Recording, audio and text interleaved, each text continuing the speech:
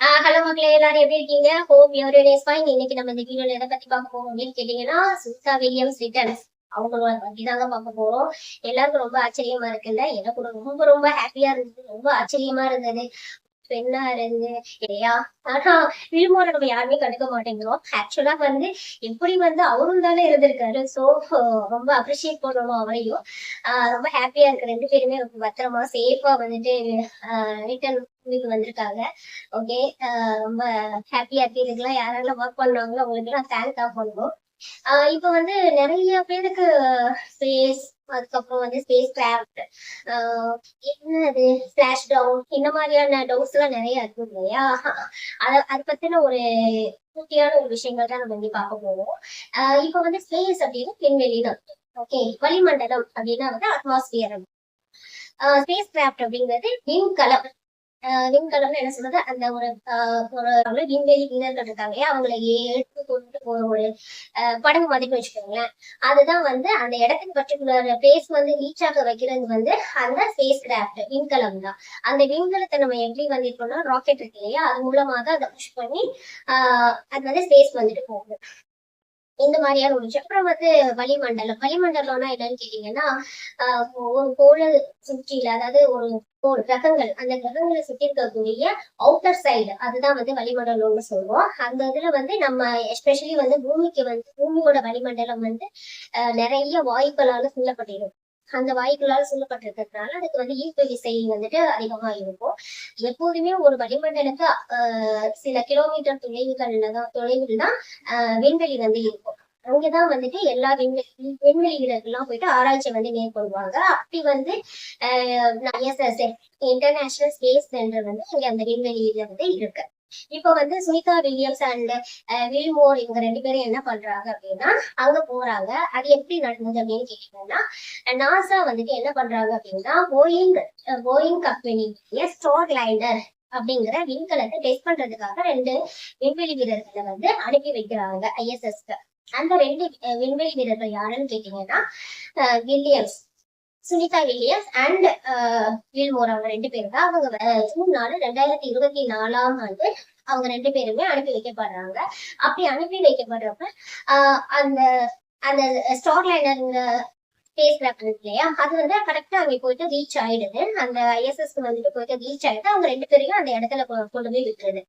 ஆனா அவங்க வந்து 10 நாள் தங்குறதுக்காக தான் அங்க போயிருந்திருக்காங்க. 9 to 10 நாள் தான் அங்க வந்து ஸ்டே பண்ணுவோம். அவங்க டெஸ்டிங் பர்பஸ் எல்லாம் டெஸ்டிங் எல்லாம் முடிச்சதுக்கு அப்புறம் எகைன் ரிட்டர்ன் வரணும் அப்படிங்கிறதுக்காக வராங்க. அப்படி வர்றப்ப வந்து பாத்தீங்கன்னா, அந்த ஸ்டார் லைனர்ல ஏற்பட்டு இருந்த தொழில்நுட்ப கோளாறு, அதாவது எஸ்பெஷலி அவங்க என்ன சொல்றாங்கன்னா, ஹீலியம் கேஸ் அப்படிங்கிறது வந்து லீக் ஆகிறதுனால அவங்க வந்து வர்றது வந்து பூமிக்கு ரிட்டர்ன் வர்றது வந்து அந்த ஸ்டார் லைனர்ல ரிட்டர்ன் வர்றது வந்து ரொம்ப கஷ்டம். அது வந்து அவங்க சேஃப்டிக்கு வந்து அந்த அளவுக்கு ஏதாவது அஷ்யூரிட்டியா இருக்காது அப்படின்னு சொல்லிட்டு நாசா என்ன பண்றாங்க, அதை ஸ்டாப் பண்ணி வச்சிடறாங்க. நீங்க அங்கேயே இருங்க, பத்திரமா, இதுல வந்து உங்களுக்கு ஆபத்து அப்படின்னு சொல்றாங்க. இருந்தாலுமே போயிங் நிறுவனமும் சரி, சுனிதா வில்லியம்ஸ், வில்மோர் எல்லாருமே என்ன சொல்றாங்க, எங்களுக்கு நாங்க வந்துடுறோம், அந்த ஸ்டார் லைனர்லயே வந்துடுறோம் அப்படின்னு சொல்லிட்டு சொல்றாங்க. பட் இருந்தாலும் நாசா வந்து அவங்க சேஃப்டிக்காக நீங்க வர வேண்டாம், நாங்க சொல்ற வரைக்கும் வர வேண்டாம் அப்படின்னு சொல்லிட்டு சொல்றாங்க. இதுல என்ன அப்படின்னா, இந்த மாதிரியான இது வந்து போயிட்டே இருந்திருக்கு. அது செப்டம்பர் 7 என்ன நடக்குதுன்னா, ஸ்டார் லைனர் இருக்கு இல்லையா, அது வந்து சேஃப்டியா இல்லைன்னு சொல்லிட்டு ஸ்டார் லைனர் மட்டும் பூமிக்கு வந்துருது. சுனிதா வில்லியம்ஸ் அண்ட் வில்மார்ட் ஐஎஸ்எஸ்லயே வந்து அந்த விண்வெளி ஆராய்ச்சி மையத்திலேயே வந்து ஸ்டே பண்ணிடுறாங்க. செப்டம்பர் 28 வந்து என்ன ஆகுது அப்படின்னு கேட்டீங்கன்னா, எப்போதுமே அமெரிக்கால வந்து என்ன பண்ணுவாங்கன்னா, குழுக்களாக தான் வந்து விண்வெளிக்கு வந்து வீரர்கள் அனுப்புவாங்க. அப்படி வந்துட்டு சுனிதா வில்லியம்ஸ் அப்புறம் வில்மோர் அவங்க ரெண்டு பேரும் வந்து போற டைம் பீரியட் முன்னாடி 8 குழுக்களா இருக்காங்க. அந்த குழுக்களுக்கு பேர் வந்து க்ரூ அப்படின்னு சொல்றாங்க. அந்த க்ரூல வந்துட்டு 4 விண்வெளி வீரர்கள் தான் போவாங்க. டோட்டலாவே 4 பேர் தான் போவாங்க. இப்ப வந்து 9வது குழுவா வந்து அவங்க வந்து என்ன பண்றாங்க அப்படின்னா, நிக் ஹாக் அப்படிங்கிற அமெரிக்காவை சேர்ந்த ஒரு விண்வெளி வீரர்கள், ரஷ்யாவை சேர்ந்த அலெக்சாண்டர் போர்குனோவ் அப்படிங்கிற ஒரு விண்வெளி வீரர்கள் அனுப்புறாங்க 2009. இதுல வந்து நீங்க கேட்கலாம், எப்படி வந்து எல்லா ரூலையும் வந்து 4 பேர் தானே அனுப்புவாங்க, இதுல மட்டும் 2 தான். ஆல்ரெடி வந்து வில்மோர் அண்ட் சுனிதா வில்லியம்ஸ் 2 பேர் இருக்காங்க இல்லையா, அதனால அவங்க 2 பேரும் அப்புறம் இவங்க 2 பேரையும் சேர்த்து மொத்தம் 4 மெம்பர்ஸ் ஆயிட்டாங்க. இவங்க இவங்க வந்து போறாங்க. யார் மூலமா போறாங்கன்னு கேட்டீங்கன்னா ஸ்பேஸ் எக்ஸ், எலன் மாஸ்கோடைய ஸ்பேஸ் எக்ஸ் அப்படிங்கிற அப்படிங்கிற கம்பெனியுடைய டிராகன் டிராகன் அப்படிங்கிற விண்கலம் மூலமாக தான் அவங்க வந்து அங்க விண்வெளியை வந்து அடைகிறாங்க. அந்த ISS வந்துட்டு அடைகிறாங்க. அப்படி அடைஞ்சதுக்கு அப்புறம் அவங்க சுனிதா வில்லியம்ஸ் இங்க 4 பேரும் அங்க இருக்காங்க செப்டம்பர் 28. அதுக்கப்புறம் ட்ரம்ப் வந்து பதவி ஏற்றதுக்கு அப்புறம் அவங்க எல்லாம் மீட்கணும், திருப்பி வந்து கொண்டு வரணும் அப்படின்னு சொல்லிட்டு ரொம்ப அவர் வந்து சொல்லிட்டே இருக்காரு. அப்படி சொல்றப்பதான் வந்துட்டு எலன் மாஸ்க் அவங்க அப்படி என்ன பண்ணியிருக்காரு, ஓகே இவங்களை வந்து எப்படியாச்சும் ரிட்டர்ன் பேக் கொண்டு வரணும் அப்படின்றதுக்காக நிறைய எப்போதுமே வந்து இப்ப Crew 9 இருக்காங்கன்னா அவங்களோட ஒர்க்கை வந்து அவங்க முடிச்சுட்டு வந்துடும்.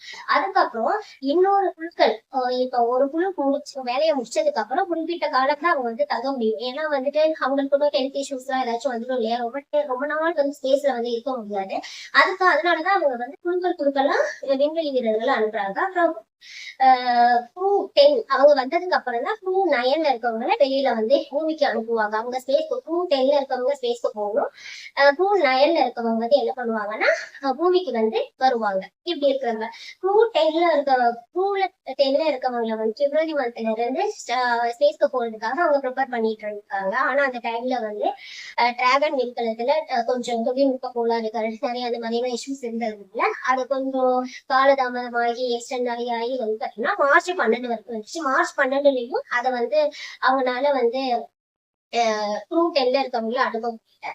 அட்லாஸ்ட் என்ன பண்றாங்க, அவங்க சுனிதா வில்லியம்ஸ் அந்த அவங்களை சார்ந்த 4 பேரையும் வந்து கொண்டு வர்றதுக்காக மார்ச் 18 தான் வந்து என்ன பண்றாங்கன்னா அனுப்பி வைக்கிறாங்க. அப்படி அனுப்புறப்ப வந்து பாத்தீங்கன்னா 10 இருக்க 4 பேரும் வந்துட்டு போறாங்க. போய் சுனிதா வில்லியம்ஸ் 9 இருக்காங்க இல்லையா, சுனிதா வில்லியம்ஸ் அப்புறம் வில் மோரிங்க அவங்க அப்புறம் 2 பேர் இருக்காங்க நீக் அவங்க எல்லாரையும் வந்துட்டு பார்த்துட்டு அவங்கள வந்து அவங்க வந்து என்ன பண்றாங்க, இவங்க கிட்ட ஒர்க் எல்லாம் வந்து ஒப்படைச்சிடறாங்க. பெண்டிங்கான ஒர்க் இருக்கும் இல்லையா அவங்க செஞ்சது. அதுக்கப்புறம் எகைன் இவங்க 10 இருக்க இவங்க செய்ய வேண்டிய ஒர்க் எல்லாம் ஹேண்ட் ஓவர் பண்ணிட்டு அவங்க வந்து அந்த ஸ்பேஸ் எக்ஸ் அந்த கம்பெனியுடைய டிராகன் விண்கலத்திலேயே வந்து பூமியை வந்து ரீச் ஆகிறதுக்காக வராங்க.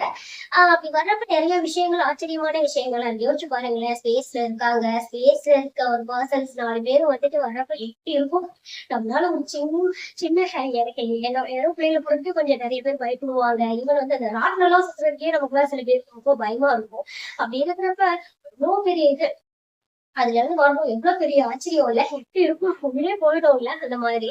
அப்ப வந்து என்ன சொல்றாங்கன்னா அத அன்டாக்கிங் அப்படின்னு சொல்றாங்க. அதாவது அந்த ISSல இருந்து அந்த விண்கலம் வந்து அவங்கள எடுத்துட்டு வர்றப்ப அதுல இருந்து பிரியும் இல்லையா, அதை பிரிச்சு அந்த தனியா அந்த கேப்சூல் சொல்றாங்க. அந்த டிராகன் வந்துட்டு அந்த விண்கலம் வந்து தனியா பிரிஞ்சு என்ன பண்ணுதுன்னா அந்த விண்வெளி இல்லையா பூமியுடைய வட்டப்பாதைகளை வந்து சுத்திட்டு வருது. வட்டப்பாதைகள்ல சுத்துறப்பவே வந்து அதுக்கு வந்து நிறைய ஹீட் வந்துட்டு ப்ரொடியூஸ் ஆகிட்டே வருது.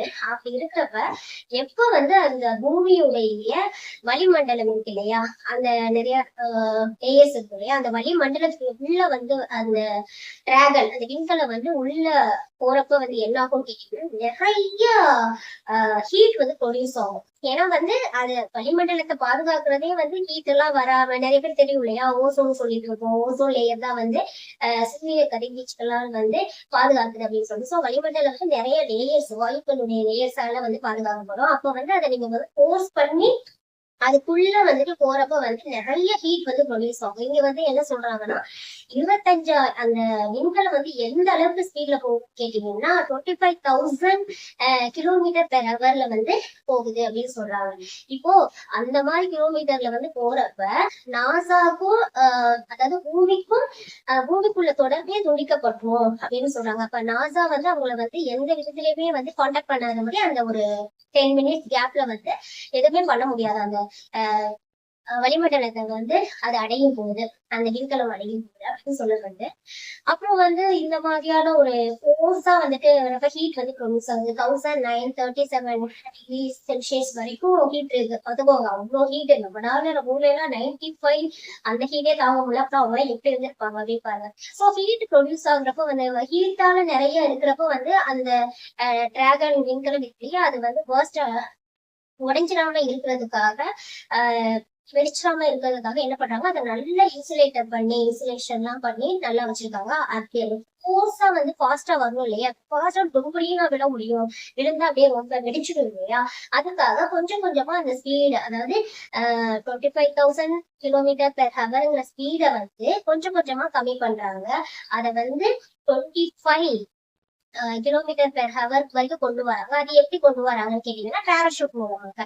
ஃபர்ஸ்ட் வந்து 2 பேராஷூட் இருக்கு இல்லையா, அதை வந்து அதாவது பூமியில இருந்து 18,000 அடி தூரத்துல வந்து ஃபர்ஸ்ட் 2 பேராஷூட்டை வந்து வச்சு விடுறாங்க. அப்ப வந்து அதோடைய ஸ்பீடு வந்து கொஞ்சம் கம்மியாகுது, அந்த விண்கலத்துடைய ஸ்பீடு கம்மியாகுது. அதுக்கப்புறம் கொஞ்சம் பூமியில இருந்து 6,000 அடி தூரம் வர்றப்ப இன்னொரு 2 பேராஷூட்டை வந்து விடுறாங்க. அப்ப வந்து இனிமே ஸ்பீடு ரொம்ப கொஞ்சம் கொஞ்சமா கம்மியாகி பூமிக்கு வர்றப்ப வந்து பாத்தீங்கன்னா ரொம்ப கம்மியாகி ரொம்ப ஸ்டாண்டர்டா ஆகி புளோரிடா மாகாணத்தின் பக்கத்துல வந்து கடல்ல வந்து அது வந்து தரை இறங்குது. அந்த விண்கலம் வந்து அதுக்கு பேர் தான் வந்து கடல்ல இறங்குறதை தான் நம்ம என்னன்னு சொல்றோம்னா ஸ்பிளாஷ் டவுன் அப்படின்னு சொல்றோம். அது பாதுகாப்பா இறக்கப்படுது அந்த விண்கலம். அது இறங்குனதுக்கு அப்புறம் வந்து பாத்தீங்கன்னா அது பயங்கர ஹீட் இருக்கு இல்லையா, நிறைய டால்பின்ஸ் எல்லாம் வந்துட்டு அழகா எல்லாரையும் வெல்கம் பண்ற மாதிரி ரொம்ப அழகா வந்து நாசால அந்த சொல்லுவாங்க இல்லையா, இந்த மாதிரி சுனிதா வில்லியம்ஸ் அவங்க டீமை வந்துட்டு டால்பின்ஸ் எல்லாம் அந்த கடலுக்குள்ள எழுந்து ரொம்ப ஹாப்பியா இது பண்ண மாதிரி அவங்க சொல்றாங்க, போர்ட்ரேட் பண்றாங்க. ஓகே, அப்புறம் அந்த இது வந்தோடனே ஒரு சின்ன படகு மூலமா அவங்க கப்பல்ல கொண்டு போய் அந்த மீட்பு குழுவினர் என்ன பண்றாங்க, அந்த விண்கலத்தை வந்து கொண்டு போறாங்க, டிராகன் விண்கலத்தை. அதுக்கு முன்னாடி வந்து ரொம்ப ஹீட்டா இருக்கு, அதுல ஒரு பெண் வந்து என்ன பண்றாங்க, அமெரிக்க சேர்ந்த பெண் வந்து அந்த ஹீட் எல்லாம் வந்து இது பண்ணி அது சேஃபா இருக்காங்களா. ஏன்னா யோசிச்சு பாருங்களேன், அப்படி ஒரு ரொம்ப ஹீட்டா அந்த மாதிரி எல்லாம் இருந்துச்சுன்னா டக்குன்னு ஏதாச்சும் சின்னது இருந்துச்சுன்னா டக்குன்னு வெடிச்சிடும். அந்த மாதிரி எல்லாம் இருக்கிறப்ப அதை செக் பண்ணி கரெக்டா வந்து இருக்கா, அவங்க உள்ள 4 உயிர் இருக்கு, யோசிச்சு பாருங்களேன் எப்படி இருக்கும். அந்த மாதிரி இருக்கெல்லாம் கரெக்டா இருக்கான்னு செக் பண்ணிட்டு எகைன் வந்து அவங்க வந்து திருப்பி எல்லாம் பண்ணி அந்த ஹீட்டையும் கூட ஒரு உமன் வந்துட்டு போயிட்டு அதெல்லாம் செக் பண்ணிட்டு அதுக்கப்புறம் கப்பல்ல அந்த படகுல வந்த மீட்பு குழுவினர் வந்து அவங்களை கொண்டு போய் பத்திரமா வந்து கப்பல்ல வச்சு அங்க எல்லாருமே வெல்கம் பண்றாங்க. அவங்க எல்லாருமே நல்ல நார்மலா வந்து வர்றாங்க. இதுல வந்து அவங்களுக்கு வந்து எந்த ஆபத்துக்களுமே இல்லைன்னு சொல்றாங்க. ஆனா இருந்தாலும் வந்துட்டு அவங்க ஒரு 1 மந்த் ஆகும். அவங்க ஃபர்ஸ்ட் வந்து ஹாஸ்பிட்டலைஸ் பண்ணணும் அப்படின்னு சொல்லிட்டு இது பண்றாங்க. ஏன்னா வந்து அவங்க எல்லாருமே வந்து கொஞ்சம் ரொம்ப ரேடியேஷன் பேசுறது கத்துருக்காங்க. அவங்களுக்கு வந்து யூஸ்வலாவே நம்ம சும்மா காலெல்லாம் இப்படி லைட்டா கூட்டி வச்சிருந்தோம்னாவே இல்ல வைக்காமலே இருந்தோம்னாவே நம்ம தீங்கிடுது இல்லையா. அப்படி இருந்தப்ப ஸ்பேஸ்ல வந்து 9 மாசம் யோசிச்சு பாருங்க, 9 மாசம் வந்துட்டு ஸ்பேஸ்ல வந்துட்டு அப்படியே பறந்துகிட்டே இருந்திருப்பாங்க. அப்ப எப்படி இருக்கும் அவங்களுக்கு. இதெல்லாம் ரொம்ப கிரேட் இல்ல, ரொம்ப ஆச்சரியமா இருக்கு. பாக்குறப்பவே ரொம்ப ஹாப்பியா இருக்கு, ரொம்ப மிரக்கலா இருக்கு, இதெல்லாம் கூட நடக்கணும் அப்படின்னு சொல்லிட்டு அப்படியே இருப்பாங்க. சோ அவங்களுக்கு வந்து மருந்து, அதுக்கப்புறம் போன் இதெல்லாம் கொஞ்சம் டென்சிட்டி கம்மியா, கிராம்ஸ் இந்த மாதிரி வந்து ஆக்ட்ரோபி அப்படின்னு சொல்லுவாங்க, மசில் வீக்னஸ் ஆகும், அந்த மாதிரியான விஷயங்கள். அதுக்கப்புறம் ரெட் பிளட் செல்ஸ் எல்லாம் வந்து கொஞ்சம் கம்மியாயிருக்கும். ஸோ அவங்களுடைய சர்க்குலேஷன்ஸ் எல்லாமே டிஃபர் ஆயிருக்கும் இல்லையா.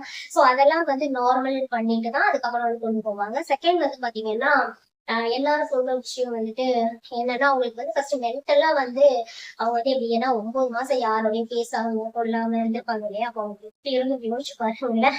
ஆனா அதுக்கெல்லாம் முன்னாடியே ட்ரைனிங் கொடுத்துதான் அனுப்புவாங்களா நாசால. இருந்தாலுமே கொஞ்சம் இதா இருக்கும் இல்லையா. சரி ஓகே, மனிதர்களோட பேசுறதுக்கு கிரகங்களோட பேசிக்கலாம் அப்படின்னு நினைச்சிருப்பாங்களோ என்னவோ தெரியல. அப்புறம் வந்து இதுல ரொம்ப முக்கியமா ஒரு பாயிண்ட் என்ன சொல்றாங்கன்னா, இது வரைக்கும் விண்வெளியில வந்து பாத்தீங்கன்னா அந்த நடப்பாங்களாங்க, அவங்களுக்கு வந்து யூஸ்வலா வந்துட்டு அவங்களுக்கு ஒரு ஆக்சுவலா அது அந்த ஒர்க்னா அவங்களுக்கு ஒர்க் இருக்கு இல்லையா, அதுதான் அவங்களுடைய வேலை விண்வெளியில போயிருந்தது. அப்ப வந்து வாக் பண்ணுமா அந்த அதுல லேடிஸும் கிடையாது, ஜென்ஸும் கிடையாது, எந்த பாகுபாடும் இல்லையா, எல்லாருமே அதை ஒர்க் பண்ணுவோம். நீங்க சும்மா வந்து இப்ப ஃபார் எக்ஸாம்பிள் விண்வெளியில இருந்து அந்த பூமியோடைய மேற்பகுதி இருக்குன்னு வச்சுக்கோங்களேன், அதுல நடந்து வாக் பண்ணிட்டு வருமா. இன்னமும் வந்து எல்லாரும் வந்து காலையில வாக் பண்ணுவாங்க 6 மணி 6 மணிக்கெல்லாம் எழுந்திருச்சு. அது மாதிரி விண்வெளியில வந்துட்டு வாக் பண்ண சொல்றாங்க பாருங்களேன், காமெடியா இருக்குல்ல, ரொம்ப ஆச்சரியமா இருக்கு. அதுல வாக் பண்ணணுமா. அதுல வந்து இது வரைக்கும் அதிக வாக் பண்ணது வந்து கேட்டீங்கன்னா சுனிதா வில்லியம்ஸ் தாங்க நிறைய வாக் பண்ணியிருக்காங்க. ஸ்பேஸ் வாக் பண்ணது சுனிதா வில்லியம்ஸ் தான் நிறைய டைம் பண்ணியிருக்காங்க அப்படிங்கிற ரெக்கார்டையும் வந்து அவங்க வாங்கியிருக்காங்க. இருக்காங்க. ரொம்ப நல்லா இன்ட்ரெஸ்டிங்கா இருக்கு. இதுதாங்க, வேற ஏதாச்சும் ஏதாவது சொல்லிட்டேன். ஓகே. Thank you all. நீங்க என்ன நினைக்கிறீங்க அப்படிங்கறத கமெண்ட்ஸ்ல சொல்லுங்க. Thank you all. பபாய்.